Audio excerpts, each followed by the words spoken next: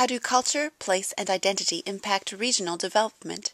This question is the topic of the North Atlantic Forum's upcoming international conference, which is being held in St. John's this fall. In preparation for the event, the Leslie Harris Center of Regional Policy and Development asked Memorial University graduate student Sébastien Després to find out a bit more about how culture and development connect. Intangible cultural heritage impacts the economy in a couple different ways. One is certainly cultural tourism. Local craft production is obviously another thing that we're seeing more and more of.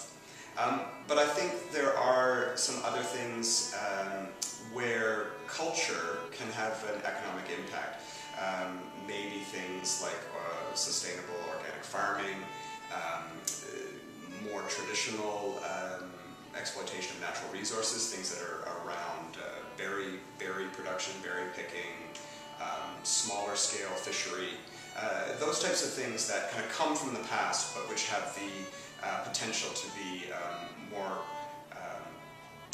contemporary, more economically viable in a slightly different way. Culture is always changing, and we need to be ready to embrace tradition but also find ways to make it work in a newer economic climate.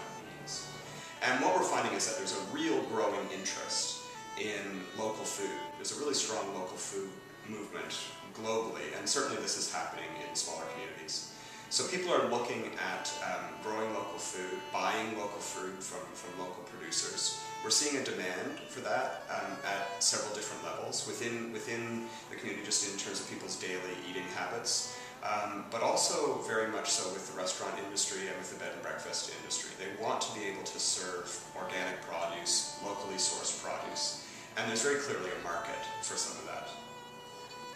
One of the people that's doing some work right now in terms of local food and local business is a chef by the name of Todd Perrin. He was a competitor on the Top Chef Canada television competition, and he's really passionate about using local food and using local produce, but using it in a new way. So utilizing traditional materials, but using them in such a way that provides a very high quality and healthier alternative to the fish and chips, which you might be more accustomed to getting in much more rural food establishments. He was talking about how he will sometimes serve smoked salmon that he'll smoke himself. So it's local salmon, and he'll serve it with local vegetables that he's growing himself or sourced locally. So there's great potential to kind of draw on the past, traditional cuisine, but to kind of raise the standard of service and quality of food. I think that's a pretty good example of how local business is kind of using tradition to develop a new tourism market. Interested in stories like these? Join us this fall at Culture, Place and Identity at the heart of regional development.